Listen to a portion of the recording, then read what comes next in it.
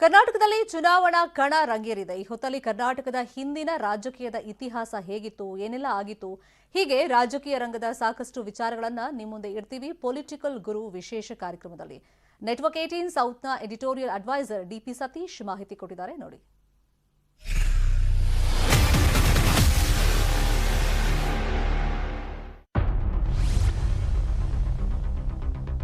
ನಮಸ್ಕಾರ, ಇದು ಪೊಲಿಟಿಕಲ್ ಗುರು.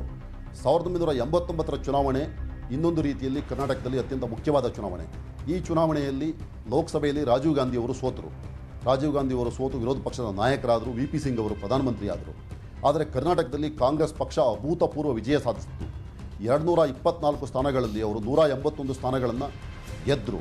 ವೀರೇಂದ್ರ ಪಾಟೀಲ್ ಅವರು ಕೆಪಿಸಿಸಿ ಅಧ್ಯಕ್ಷರಾಗಿದ್ದರು.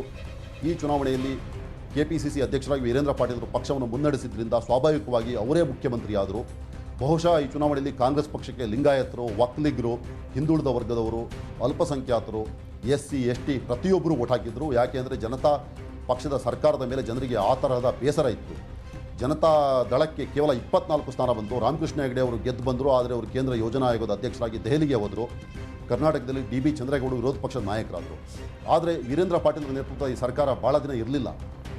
ಪಕ್ಷದಲ್ಲಿ ಆಂತರಿಕ ಕಚ್ಚಾಟ ಇತ್ತು, ಕೋಮು ಗಲಭೆ ಸ್ಟಾರ್ಟ್ ಆಯಿತು. ಅದೇ ಸಂದರ್ಭದಲ್ಲಿ ರಾಮಜನ್ಮಭೂಮಿ ಆಂದೋಲನ ಜೋರಾಗಿ ಸ್ಟಾರ್ಟ್ ಆಗಿತ್ತು. ಅಡ್ವಾಣಿಯವರ ರಥಯಾತ್ರೆ ಪ್ರಾರಂಭ ಆಗಿತ್ತು. ಕರ್ನಾಟಕದಲ್ಲೂ ಕೂಡ ಅಲ್ಲಲ್ಲಿ ಕೋಮು ಗಲಭೆಗಳು ನಡೆದು ಪರಿಸ್ಥಿತಿ ಹದಗೆಟ್ಟಿತ್ತು. ಬೆಂಗಳೂರಿನ ಸುತ್ತಮುತ್ತ ಕೂಡ ಸಾಕಷ್ಟು ಕೋಮು ಗಲಭೆ ಎಲ್ಲ ಆಗಿತ್ತು.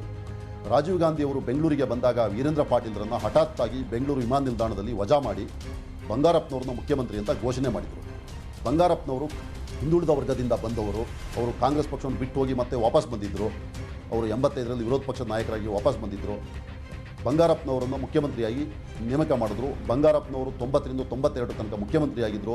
ಬಂಗಾರಪ್ಪನವರು ಮುಖ್ಯಮಂತ್ರಿಯಾಗಿದ್ದ ಕಾಲದಲ್ಲಿ 91ರ ಲೋಕಸಭೆ ಚುನಾವಣೆ ನಡೆಯಿತು. ಈ ಚುನಾವಣೆಯಲ್ಲಿ 28 ಸ್ಥಾನಗಳಲ್ಲಿ ಕಾಂಗ್ರೆಸ್ ಪಕ್ಷ 23ರಲ್ಲಿ ಗೆಲ್ತು.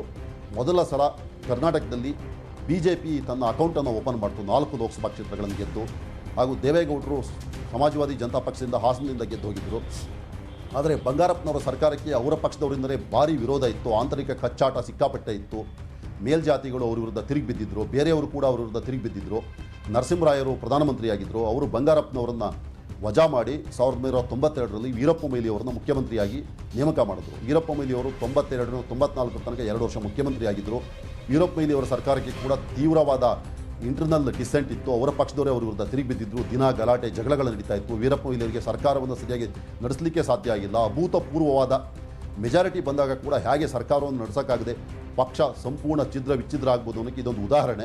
1994ರ ಚುನಾವಣೆ ಬರುವಷ್ಟರಲ್ಲಿ ಜನತಾ ದಳದವರೆಲ್ಲ ಒಗ್ಗೂಡಿದ್ರು. ದೇವೇಗೌಡರು ವಾಪಸ್ ಜನತಾ ದಳಕ್ಕೆ ವಾಪಸ್ ಬಂದಿದ್ದರು. ರಾಮಕೃಷ್ಣ ಹೆಗಡೆಯವರಿಗೂ ದೇವೇಗೌಡರಿಗೂ ರಾಜಿಯಾಗಿತ್ತು.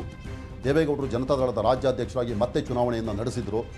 ಅದನ್ನು ಮುನ್ನಡೆಸಿ 1994ರಲ್ಲಿ ನಡೆದ ಚುನಾವಣೆಯಲ್ಲಿ ದೇವೇಗೌಡರ ನೇತೃತ್ವದ ಜನತಾ ದಳ ಅಧಿಕಾರಕ್ಕೆ ಬಂತು. ಕಾಂಗ್ರೆಸ್ ಪಕ್ಷ ಅತ್ಯಂತ ಹೀನವಾಗಿ ಸೋಲ್ತು.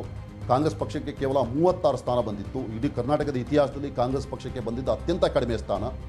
ಹಾಗೂ BJP ಪ್ರಮುಖ ವಿರೋಧ ಪಕ್ಷವಾಗಿ ಈ ಚುನಾವಣೆಯಲ್ಲಿ ಹೊರಹೊಮ್ಮಿತು.